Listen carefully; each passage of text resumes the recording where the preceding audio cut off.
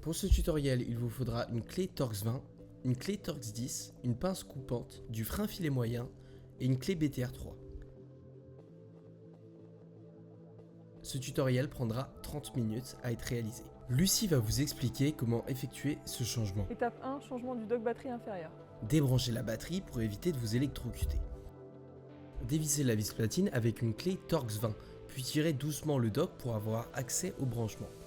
Coupez ensuite le rislant présent juste ici. Débranchez ensuite la prise bleue, qu'on appelle la plug cap, ainsi que les faisceaux power et avant. Ce sont ces trois petits faisceaux. Sortez le dock de son emplacement pour y mettre un nouveau. Pour remonter le dock, branchez les trois prises au nouveau faisceau batterie.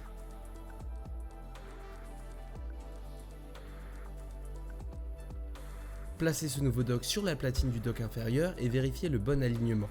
Revissez la vis platine en y ajoutant le fameux liquide bizarre. Arrête avec ça, c'est juste du frein filet moyen. Ok, cool, mais c'est pas fini là. Il y a la partie supérieure aussi. Dans cette partie, vous allez régler la bonne hauteur du dock supérieur pour s'assurer que la batterie sera bien retenue.